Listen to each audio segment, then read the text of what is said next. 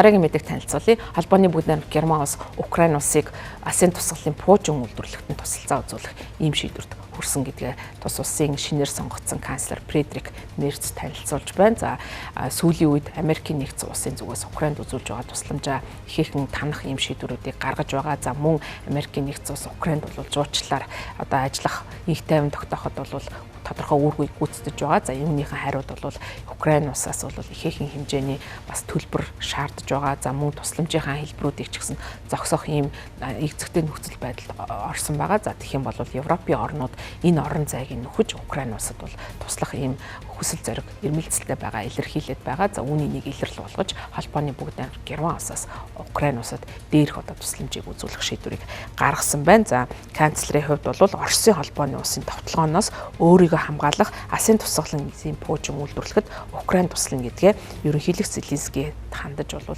Фредрик Мерц мэдгдсэн байна. За холбооны бүгд найрамд Герман улс Украинд Таурус нэртэй одоо энэ пуужинг үйлдвэрлэхэд тусалж магадгүй гэж сэтгүүлчид үзэж байгаа. За хэдийгээр бол холбооны бүгд найрамд Герман улсын канцлер тухайн шийдвэрийг бол илт илэрхийлж хэлээгүй боловч бол бид үйлдвэрлэлийн талаар яг наривчлан ярихыг хүсэхгүй байна. Олон нийтэд дэлгэрэнгүй ярихгүй гэж мэдгдсэн ч цаашдаа яг туслах гэж байгаа пуужингийн үйлдвэрлэл нь бол Таурус пуужин байх магадaltaй гэж үзэж байгаа юм байна.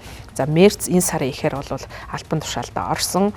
За ингээд бол Украинд туслах тусламжийг нэмэгдүүлнэ. За Германы зүгээс бол тасралтгүй одоо Украиныг дэмжинэ гэж амлалтыг өгч байгаа. За энэ 7 хоногт бол Украинд бол хандаж бас ийм дааштай ийм мэдээллийг хийсэн. За ингэхдээ бол өрөндийн орнуудын зүгээс нийлүүлж байгаа зэвсэгтэй бол зэвсгийн одоо хүрэх тусгалын зайн дээр ямар нэгэн хязгаарлалт тогтоохгүй гэсэн ийм шийдвэрийг бол мэдэгдэж байгаа. За тухайлах юм бол Таурус пуужингийн тусгал нь 500 км байдаг. За харин бусад алсын тусгалтай пуужингуудаас ялгаатай нь энэ пуужин нь бол Оросын нутаг дэвсгэр рүү гүнд нь нэвтрэх боломжийг олгож байгаагаар онцлогтой өөрөөр хэлбэл Украинд байлдааны давуу талыг олгох ийм одоо шийдвэрийг холбооны бүгд найрамд Герман улс болон өрөндийн орнуудаас гаргаж байгаа юм байна. За Мерц Украины удирдагчтай хийсэн хэвлэлийн баг хурлын үеэр Таурус пуужингийн нэрийг дуртаагүй боловч Герман улс Украины батлан хамгаалахын сайттай лав гаргийн орой бол гарын үсэг зурна. За ингэхдээ бол алсын тусгалын пуужингийн тухай санамж жижиг байгуулах юм байна гэж мэдэгдэж байна. За Украины одоо энэ хүү ашиглах пуужингийн тусгалын хязгаарлалтыг одоо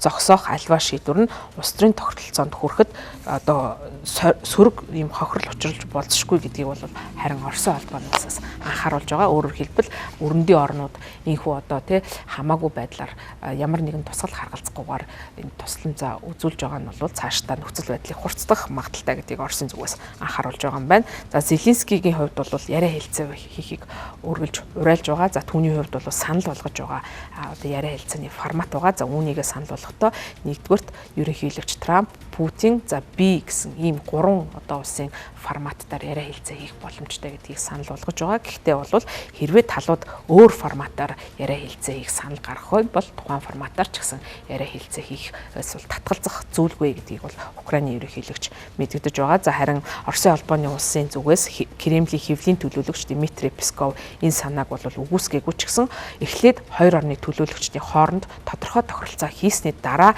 ийм өндөр дээд түвшний буюу удирдагчийн түвшний уулзалтыг хийх ёстой гэж мэдэгдсэн байна. Оросын холбооны улс болон Украины хооронд 3 жил гарын хугацаанд бол энэхүү дайн байлдааны үйл ажиллагаа өрнөж байгаа. За энэ хугацаанд бол хоёр тал нэг ч удаа бол нүр тулан уулзаагүй байсан болов саяхан Стамбулд уулзсан. За энэ удаагийн уулзалтаар тохирсон хамгийн гол зүйл нь хоорондоо харилцан одоо олзлогсдыг солилцох асуудал байсан. За энэ хүрээнд бол өнгөрсөн амралтын өдрүүдэд мянган одоо олзлогсдыг хоорондоо солилцох ийм үйл явц бол болсон. За энэ бол хоёр талын нүр тулсан уулзалтаас гарсан хамгийн том үр дүн болж байгаа гэж үзэж байгаа. За Оросын холбооны улсын гадаад хэргийн сайд Сергей Лавров лав гарагт мэдгдсэн. За энэхүү дараагийн яриа хэлцээтэй холбоотой асуудлыг мэдэгдэхдээ дараагийн яриа хэлцээ хийх товыг маш ойрын ирээдүйд бол зарлана гэж мэдэгдсэн боловч Оросын холбооны улс Украиныг төвийг сагсан эвсэлд нэгдэхгүй цөмийн засгийн бус статустай байхыг бол эхлээд баталгаажуулж яриа хэлцээ хийх гэдгээ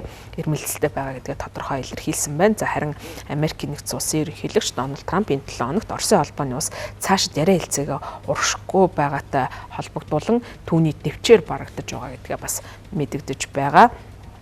За Трампын хувьд Оросын холбооны улсын Путингийн товтлогооны улмаас Украины 13 иргэн тэр дундаа хүүхдүүд амнасаа алдсны дараа бол Путинийг галаар тоглолоо гэж буруутгасан. За гисэн хэдий ч бол Оросын холбооны улсын албаны хүмүүс Трампын одоо энэ нөхцөл байдал дээр бол хангалттай мэдээлэлгүй байгаа учраас ийхүү одоо уур нь барагдсан ийм нөхцөл байдал эмоцийг гаргаж байна гэж үзэж байгаа юм байна. За харин Украины ерөнхийлөгч Вашингтонд хандаж одоо цаашдаа Оросын холбооны улсын эсрэг авах хориг хэмжээгээ чангадах хэрэгтэй гэж үзэж байгаа. За ингэжиж бол Оросын холбооны улс ширээний ард сууна гэж үзэж байгаагаа мэдэгдэж байгаа. За харин Украины ерөнхийлөгчийн зүгээс санал болгож байгаа салбарууд бол Оросын холбооны улсын банк санхүү эрчим хүчний салбарт хориг хэмжээ авахыг уриалж байгаа юм байна. За энэ асуудлаараа ерөнхийлөгч Трамптай ч гэсэн хилэлцсэн гэж мэдэгдэж байна. За Америкийн нэгдсэн улсын ерөнхийлөгчийн хувьд хэрвээ Оросын холбооны улс энэ дайн өмнөнийхөө үйл ажиллагааг зогсоохгүй юм бол хориг гарах хэмжээ аавна гэдгээ баталгаажуулсан гэж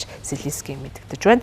За одоогоор бол дипломат ажиллагаа үргэлжлсэн хэвээр байгаа. Яриа хэлцээний хүрээнд асуудлыг шийдвэрлэхээр талууд ирмэлзэж байгаа. За гисэн хэдий ч бол Украины арим лав гарагт шилжчихшүүн Оросд руу бол нисгчгүй онгоцоор товтлсон байна. За томоохон цохилтуудыг бол хийж байгаа юм байна. За Зеленский даваа гарагийн өглөө мэдгдснээр бол 3 өдрийн турш Оросын холбооны улс руу 900 гаруй нисгчгүй онгоц хөргсөн гэж мэдэгдэж байгаа. За газар дээр бол нөхцөл байдал Оросын талд ашигтай байдлаар цэрэг одоо батлан хамгаалахын чиглэлд бол ажиглагдаж байна. За Украины зүүн хойд хэсэгт бол хамгаалт дээр Оросын Украины бий болгосон хамгаалт дээр бол Оросын дайралт бол байнга хийгдэж байгаа. За Зеленскийгийн зүгээс бол яриа хэлцээ хийхийг уриалж байгаа. За харин яриа хэлцээ хийхэд бол Москва удаашрсан байдалтай байгаа гэж буруутгаж байгаа. За Стамбулд болсон яриа хэлцээний дараа хэд хэдэн одоо асуудлыг бол талууд ярилцгаар тохиролцсон. Үүний дотор бол эхийн гэрээ байгуулах нөхцөлийг тусгасан санамжчиг байгуулна гэсэн амлалтыг бол